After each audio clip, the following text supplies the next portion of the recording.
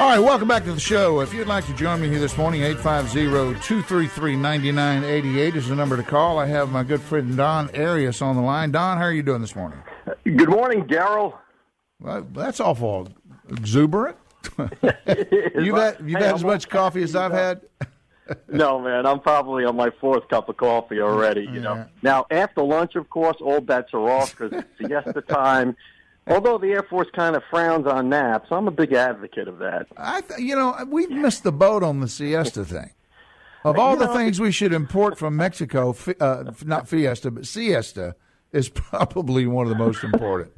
Well, a fiesta is not a bad thing either. No, I like it. Well, if you have a fiesta, you typically need a siesta. Yeah. Right. Hey, I appreciate you taking my call today, and we listen to you all the time. And if you've read the paper this morning, we had that little flare up at the Redfish Point over the weekend, and he said, she said, and we I don't know what the ground truth is there, but I'll tell you this. We have the largest collection of F-22s on the planet at Tyndall Air Force Base. And although I can't prove it, maybe even the largest collection of F-22s in the universe. So who knows? Yeah. I'm thinking they can protect Tyndall. What do you think? Well, I'm thinking we can. Yeah. It really is the largest collection of F-22s in the world out in there. And, so we get a little skittish. And people need to understand that our mission has changed. We're no longer under Air Education and Training Command. We're Air Combat Command. Right. So now we are a mission-ready, combat outfit, and our guys get deployed just like the rest of the Air Force now. Sure. So that's our going-in position when it comes to security of the base.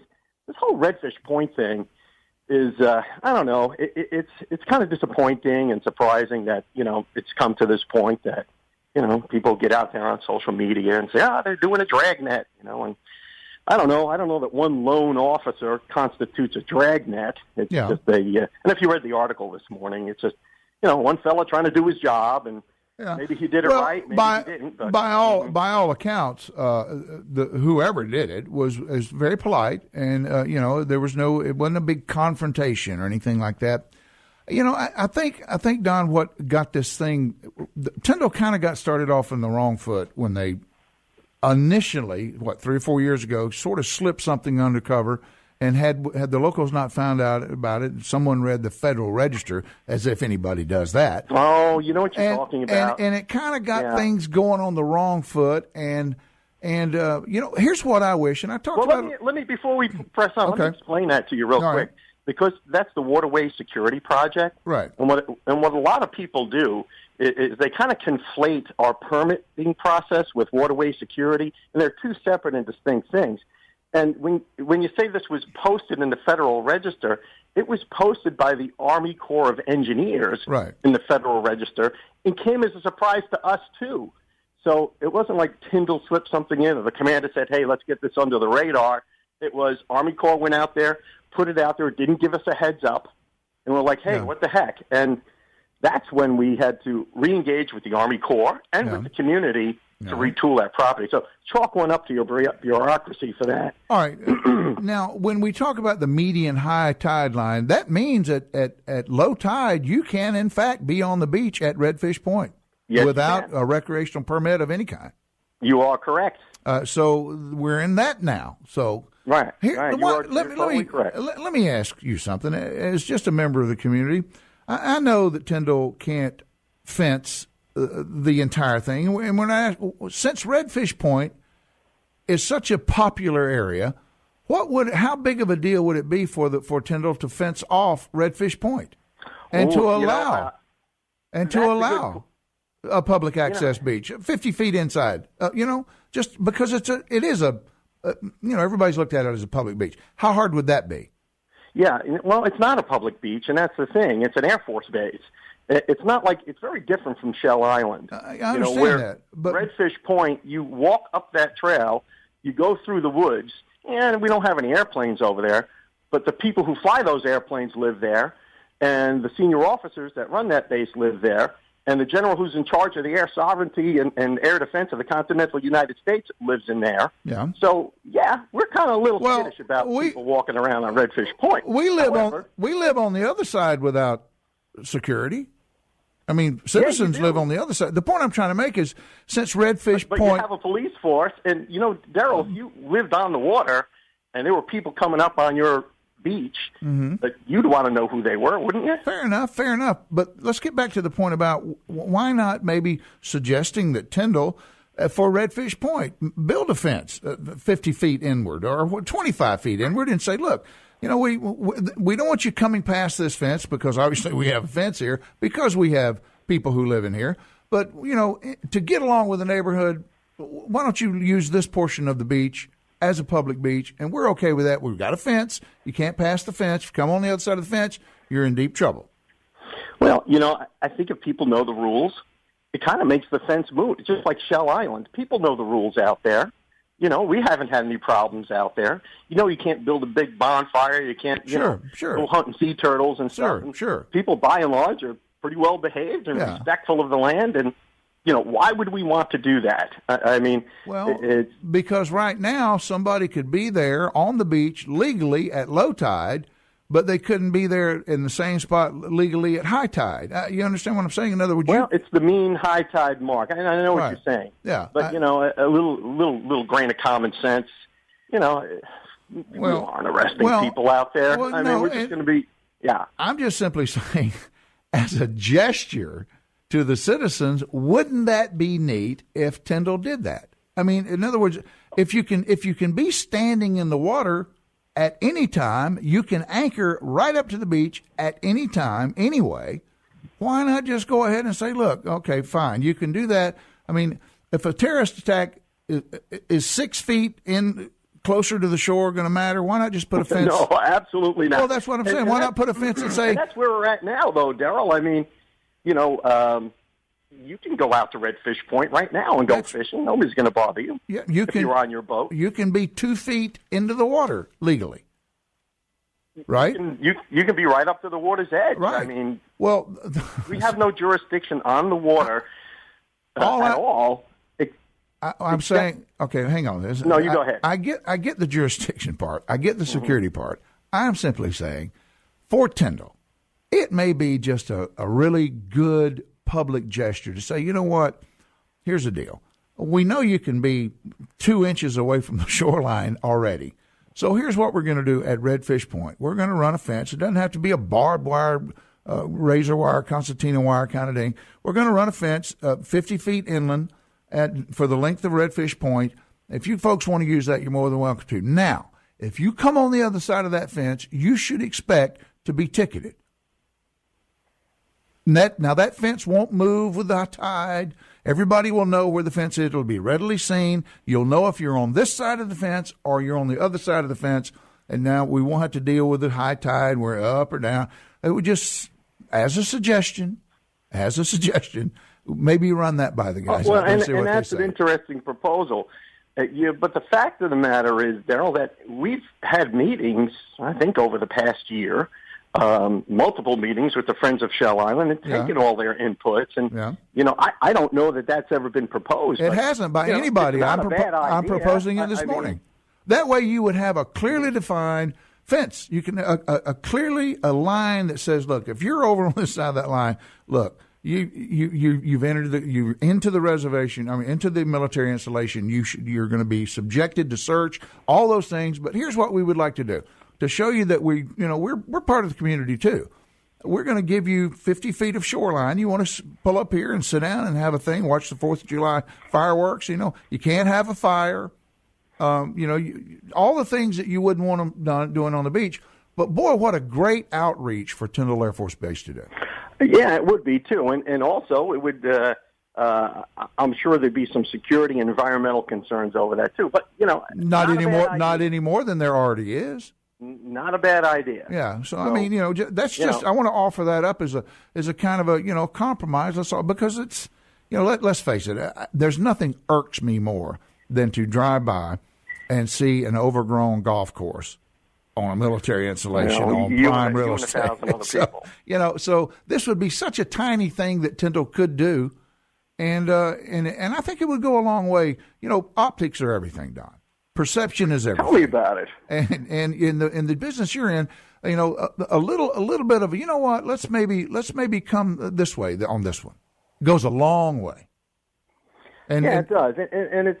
But here's the thing, and it's kind of disappointing to us that we had thought that we had built a rapport with these multiple meetings that we've had. Our vice commander gave the Friends of Shell Island his cell phone number. He's our chief of security. They have his cell phone number. Our security control on base. They have all of those numbers. But, the knee-jerk was to go to Facebook and try to cause a confrontation like this. And we're just disappointed. I mean, when you talk about optics, it's like we are trying to. Well, we are. If you were at that table and made that suggestion about the fence line, who knows? Maybe we'd have one by now. I don't know that that's ever been suggested in any of these meetings. I don't know that it has either. But there again, when you talk about confrontation, you guys have the F-22s and we have Facebook. I think you guys could probably win Derrell, confrontation. Just for argument's sake, I don't think we're planning any strafing runs over I know the you're beaches not. anytime soon. No, I'm just saying just to maybe but you're talking some about way optics to and being a good neighbor. That goes two ways. Sure. I mean, were the people asked to leave? Yes, they were. I don't know what was the high tide at the time because I meant to check. I don't know the answer to that. I don't know. Maybe they were there legally and were asked to leave. I don't know. Yeah, and we don't know. But the thing was, it was a lone security forces officer, and if any reasonable person is asked for an ID or asked for a permit, I mean, you should be able to say, well, here's my permit, and I'm here.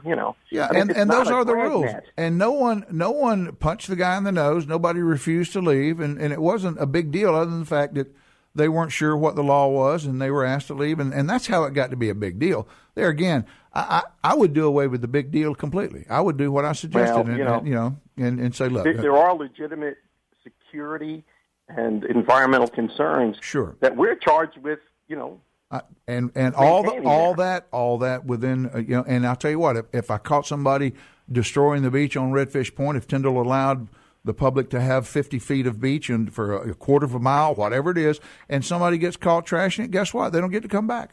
It's still an Air Force base, and let's remember that. Yeah. It's not a state park; it's an Air Force base. We understand that, but it's also. Do you know who owns it? Really, honestly, citizens. They bought it. They paid for it. Come on, Derrell. I mean, the taxpayers own it. Yeah. The United States government owns it. But also, we are charged with a specific mission out there to maintain it in a certain fashion. Well, I mean, y'all don't have to do what I suggested. Y'all can say we're not asking to shop at the commissary. Hey, listen. Yeah. I'm just trying to come up with a way that everybody would. It would be a gesture of a go along to get along. Something that could be done. And you know what, Tyndall Derrell? could do it. I thought that we've done that with these multiple meetings that we had. Yeah. And the Tyndall outdoor recreation program has really done its best, to balance Tyndall's security and environmental responsibilities with the community. I mean, they had a seat at the table. All right, well, real quick, because we're just it's not like we're the Forbidden Kingdom and no one's allowed out there and you're going to be in trouble if you step foot on it. Yeah. We've bent over backwards. All right, real quick, because you know how this works. We're really short on time. Mm-hmm. What is Tyndall's position on Shell Island at the moment?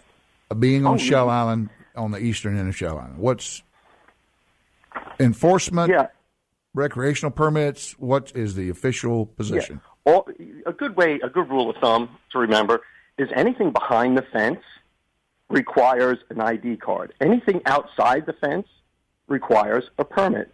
And all you have to do is go to www.tyndall.af.mil and go on that right-hand bar there, and it says recreational permits. And you click on that, and it gives you all the information you need about permitting and where you can go and the do's and don'ts. Okay, quickly, enforcement of the recreational permit on Shell Island. We're not talking Redfish Point. We're talking about Shell Island. Shell Island's going to be as needed. And yeah, we'll probably do random patrols, but the frequency and the effort is not going to change. Right. It's going to be as needed. If you build a big bonfire out there on Shell Island, or you try to launch a rocket from Shell Island, we'll probably check in on you. But if you're behaving yourself, probably not. All right, tell you, you're always welcome on here, as you know, because you're my good buddy. I mean, we're personal friends too, and we'll always remain so. Run that by Tyndall about the Redfish thing, and of course you'll always have time to come here and talk about things at Tyndall. Yeah, always, we'll always be good friends. Okay, and also and I certainly appreciate that, Derrell, and also I think your listeners need to understand this isn't a one-sided thing. This has been a conversation for over a year. Okay, and they have all of our numbers, and particularly the people who are making the big hubbub about it. No. They know us. All They've right. talked to us. They have our phone numbers. If there's ever a problem like that again, the Friends of Shell Island can certainly call our public affairs office. All right, we have just simply got. Hey, Don, thanks for being with us this morning. All right, man. All right, we'll see you later. This is Derrell Day, Talk Radio 101. All right, welcome back, 850-233-9988. We've been talking about the situation, Redfish Point, security at Tyndall Air Force Base, things that need to be done. Stephanie Somerset is the executive director of Friends of Shell Island. Stephanie, how are you doing? Good morning, Derrell. I'm doing great. All right, what's up? You and Don Arias was talking about our organization, so I just wanted to call in and make a couple of comments. First of all, he is correct. We have been talking with Tyndall. Friends of Shell Island has been meeting with Tyndall, and we greatly appreciate their reaching out to us, and we look forward to that relationship continuing. In fact, it was Friends of Shell Island who requested that they reduce the permit requirements at Shell Island, and they did upon our request. They dropped the requirement for the defense biometric ID at Shell Island. So that was a good effect of our meetings with them. You still have to have a recreational permit. You do. Yeah. And as we've pointed out to Tyndall, and we'll continue to point out, the tourists cannot comply with that. There's no way to inform them. There's no way for them to, to 2 weeks before their vacation to get on the Tyndall website and get their permit. So, there's not going to be compliance. But one of the things I do want to correct is that we did propose that they move their boundary inward at Redfish Point at our December meeting. So I wanted to tell you that I was really happy to hear you come up with that idea, too. We already came up with that idea, and it would be great if Tyndall can reconsider that. Yeah, I pulled up a map of Redfish Point, and they about 600 feet of fence would open up 2,000 feet of shoreline if you just kind of clipped off the end there. And there again, I mean, it's just it keeps us in an us and them thing. Hey, Stephanie, listen, you want to hold or you? Well, all right. We just, time's up. I'll be right back.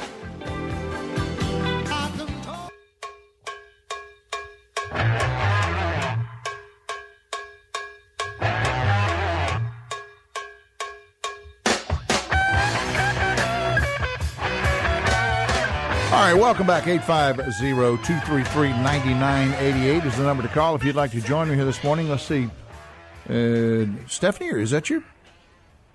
Hey, Derrell. Stephanie, we kind of got cut off there in the last segment. Well, thank you for having me back on, and because I just had a really important point, and that is, in the meeting that we had with Tyndall back in December, we said, why would you require people to have permits when you're not going to be able to achieve compliance anyway with so many out-of-towners? And they said, well, we only want to use the permits as a tool because if somebody's acting dangerously or in any other way being disruptive, we wanted to have that permit process in place so we could approach them, deal with it, ticket them if we need to, and you're not going to see anything change. And so our question, which I emailed to the colonel this morning, is has your policy changed? Because obviously this enthusiastic policeman on Saturday went and started ID checking people, and nobody was being disruptive. So we just want to, and I would love for Don Arias to call back in and answer that, because we want to know if Tyndall's policy or management practice has changed on that, or if this was simply an aberration. I don't know. I couldn't quite exactly get the enforcement on Shell Island from Don. Just a clear clarification. We just kind of want is it or isn't it kind of thing, and it's been a little bit difficult. It seems to find that out. I don't know. I've been to a lot of meetings, and I've been to a couple with Tyndall that were held at Gulf Coast State College, and I came away less than satisfied that they were even listening to me. I was at those meetings, and I will say that that was quite a few people ago, and now there are quite a few new people out there. And by the way, the Colonel did give me his cell phone number, and we're going to work more closely with them. Awesome. That's awesome. Facebook is the way people communicate these days. Well, so that's going to be there. Well, and no one. Yeah, I'm with you on that. That's what we have is Facebook. Facebook has, to the bane of some and to the delight of others, it is what it is, and that's the way citizens can be vocal about how they're feeling. And it's not. Well, we're going to strive very hard to be factual and respectful, because we really do respect Tyndall, and we really appreciate them trying to understand and work with the community. Yeah, I think that there's a ground there that we can reach that. Well, instead of just this is a military installation, that's the end of it, all the way to the water's edge, because the water's edge thing is a little, I think the idea of apparently you guys came up with it first to just to fence. It doesn't have to be a chain link fence with razor wire on top of it, just a simple a cable fence where people can say, look, we can have 10 feet, 20 feet up on the beach in this particular area. And I just think there's ways to get along that aren't being investigated. Yeah, I do too. And we all want Tyndall to be secure, and we're very proud of the rep. Sure. But, there's Redfish Point is miles from any military asset. A long way. So, and the people of Bay County and our visitors love Redfish Point. It's just a marvelous boater anchorage. Sure it is. All right, Stephanie, I'm trying to get everybody in. Thanks.